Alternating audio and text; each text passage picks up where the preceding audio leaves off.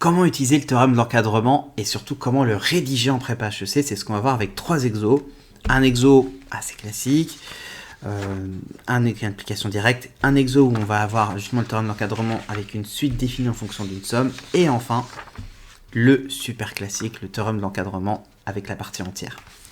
Donc on démarre par les bases. Donc on a utilisé le théorème d'encadrement avec une inégalité classique, on a une suite UN qui vérifie ça, et on veut déterminer les limites de UN sur N. Donc une technique quand tu as une double inégalité et que tu veux une limite, tu as un encadrement, donc tu vas créer ton encadrement. Donc ici, il faut que je fasse apparaître le UN sur N. Donc qu'est-ce que je vais faire ? J'ai mon inégalité et je vais diviser par N strictement positif. Je précise c'est strictement positif parce que comme ça, je ne change pas le sens de l'inégalité. Donc j'ai n moins ln de n sur n qui est plus petit que n sur n, qui est plus petit que n plus ln de n sur n. Il me reste à calculer les limites de ça. Donc j'ai séparé en plusieurs morceaux. Là ici ça me fait 1 moins ln de n sur n. Ici n sur n plus ln de n sur n. Donc pareil 1 plus ln de n sur n. Je calcule les limites de chacun en disant que d'après les croissances comparées, j'ai la limite de ln de n sur n qui vaut 0. Donc, par somme, j'ai les limites de lui égale les limites de lui qui vaut 1. Tu vois, je mets les deux, comme ça je gagne un peu de temps. Et comme en fait ces deux-là tendent vers 1, lui il va tendre vers 1 aussi. Comme on rédige, on dit donc d'après le théorème d'encadrement. Très important, quand tu as le théorème d'encadrement, il faut bien mettre un encadrement, même si par exemple tu as un truc comme ça.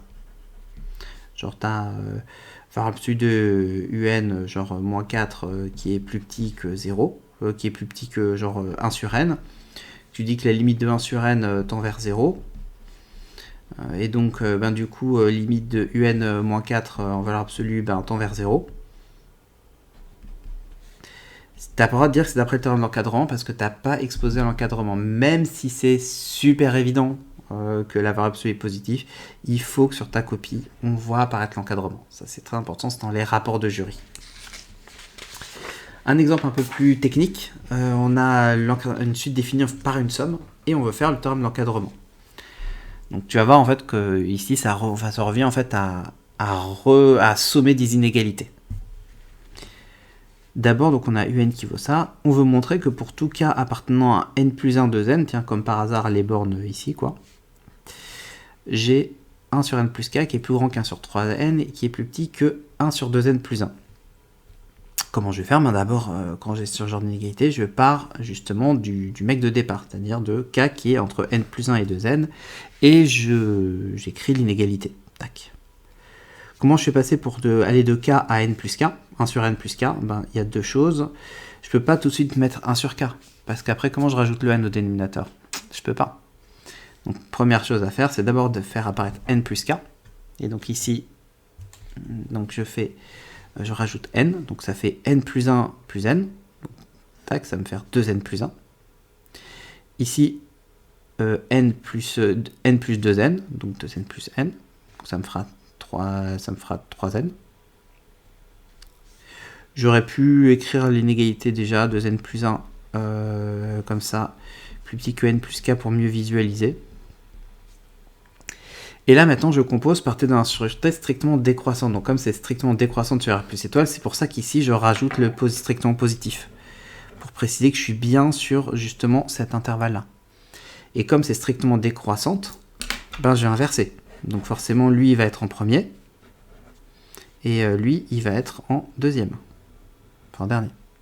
Tac, on a inversé. Et c'est l'inégalité qu'on voulait. Youpi. Et après, je vais à la limite de la suite UN. Alors, UN, c'est celle-là. Je vois que je viens de faire un encadrement de ce qu'il y a à l'intérieur du sigma. Donc, mon but, ça va être de faire apparaître le UN ici. Et peut-être qu'avec ça, je vais pouvoir arriver à trouver la limite. Donc, on va regarder, qu'est-ce que je vais faire ? Première chose à faire, comme je veux ici ma somme de k ln de n plus 1 qui est à 2n d1 sur n plus k, je vais sommer cette inégalité pour k ln de n plus 1 à 2n. Donc c'est parti, je somme l'inégalité du 1 de k ln n plus 1 à 2n, donc ça me fait ça. Ensuite, je fais les deux en même temps, j'aurais pu pareil prendre un peu de temps pour calculer directement lui. Ici, tu vois que si c'est une constante. Pourquoi c'est une constante ? Parce que ça ne dépend pas de k. Deux sont des constantes. Quand j'ai une somme d'une constante, c'est la constante fois le nombre de termes. Et le nombre de termes, c'est dernier indice moins premier indice plus 1. Donc ici, je vais avoir 1 sur 3n fois dernier indice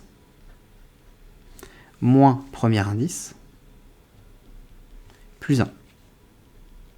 Donc 2n moins entre parenthèses n plus 1, je prends mon temps, plus 1. Pareil ici, j'ai une somme d'une constante, donc ça va me faire 1 sur 2n plus 1 fois dernier indice moins premier indice, donc n plus 1. Donc là, ici, pourquoi j'écris directement moins n moins 1? Parce que comme je l'avais écrit ici, je me dis, ben, je gagne du temps, je développe. Parce que je l'ai bien écrit ici, donc je reprends lui en fait, mais en forme développée. Plus 1. Et donc maintenant, si je divise par n strictement positif, comme je divise par n strictement positif, je vais y arriver, je ne change pas le sens d'inégalité, donc j'ai le 1 sur n fois tout ça, le 1 sur n fois lui, et le 1 sur n fois lui. Et là, ben, c'est cool parce que lui, ben, en fait, c'est un. Donc j'ai fait apparaître mon un. Il me reste juste à voir ce que ça donne maintenant. J'ai ici, là, bon, ben, 2n moins n, moins 1 plus 1, donc ça me fait n. Donc ça me fait n sur 3n carré. Pareil, j'aurais pu détailler cette étape. Plus petit que un, et plus petit que n sur 2n plus n fois 2n plus 1. Parce que, parce que 2n moins n, donc ça fait n, moins 1 plus 1, ça s'en va, donc il me reste n. Et les n ici s'en vont, en fait, on peut y arriver directement 1 sur 2n plus 1. Le n sur 3n carré, ben, je simplifie les n, il me reste 1 sur 3n. Et donc j'ai eu n qui est encadré par 1 sur 3n et 1 sur 2n plus 1. Et on me veut la limite, donc là c'est cool parce que c'est pas comme dans le cas précédent où j'avais besoin pour la limite du n sur n de rajouter un autre truc ici. Là en fait je vais juste dire, ok, lui il va tendre vers 0, et lui il va tendre vers 0, donc théorème d'encadrement, un va tendre vers 0. Ça va aller tout seul. Tac. Limite de lui égale limite de lui égale 0, donc d'après théorème d'encadrement, limite de n égale 0. Dernier cas, le théorème de l'encadrement avec la partie entière. Donc ça, c'est un méga classique. C'est vraiment à connaître par cœur. Donc on y va. D'abord montrer que x il est entre partie entière de nx sur n et partie entière de nx plus 1 sur n avec le strict ici. Alors pour rappel, partie entière, c'est quoi la propriété de partie entière? Alors pour retenir, moi j'aime bien pour retenir, c'est tu as que 3,14 en partie entière, c'est 3. Partie entière de 3, c'est 3. Donc je vois qu'en fait la partie entière, elle est, ici le 3 il est inférieur ou égal à 3,14, on pourrait même dire qu'il est strictement, mais tu vois que le 3 en fait il est inférieur ou égal à 3. Donc la partie entière elle peut être égale au nombre. Donc c'est ça qui me permet de retenir que partie entière de x en fait il est plus petit que x, et pas strictement plus petit parce que j'ai le cas 3. En revanche quand je fais partie entière de 3,14 plus 1, ça me fait 3 plus 1, donc ça me fait 4. Et là, c'est plus grand que 3, strictement. Et de même, partie entière de 3 plus 1, ça me fait 4, et donc strictement plus grand que 3. Donc je vois que c'est toujours strictement plus petit que partie entière de x plus 1. Donc ça, c'est la première inégalité de partie entière. L'autre avec partie entière, c'est si quand je prends celui-là, ben, j'ai partie entière de x plus 1 qui est strictement plus grand que x. Si je fais passer le 1 de l'autre côté, ça veut dire que j'ai x moins 1 qui est strictement plus petit que partie entière de x tout seul. Donc ici, ben, je peux dire aussi que c'est strictement plus grand que x moins 1. Ce qui me donne donc ma double triple inégalité, x moins 1 strictement plus petit que partie entière de x, inférieur ou égal à x, strictement plus petit que partie entière de x plus 1. Et en fonction de est-ce qu'on veut encadrer x, ben, c'est celle-là. Et si je veux encadrer partie entière de x, c'est celle-là. Donc voilà comment tu peux la retrouver rapidement, sans avoir besoin d'essayer de la retenir par cœur. Moi, je le refaisais vite fait en quelques secondes, et ça m'allégeait l'esprit. Donc ici, ben, le x, ben, moi je vais encadrer x, donc et peut-être même pas x, en fait, je vais encadrer partie entière de nx, je vais voir un peu qu'est-ce que je peux faire avec lui. Si je devais le faire avec tous les trucs, ben, en fait, ici j'ai partie entière de nx moins 1, qui est strictement plus petit que partie entière de nx, qui est inférieur ou égal à nx, et qui est strictement plus petit que partie entière de nx plus 1, si je reprends l'inégalité ici.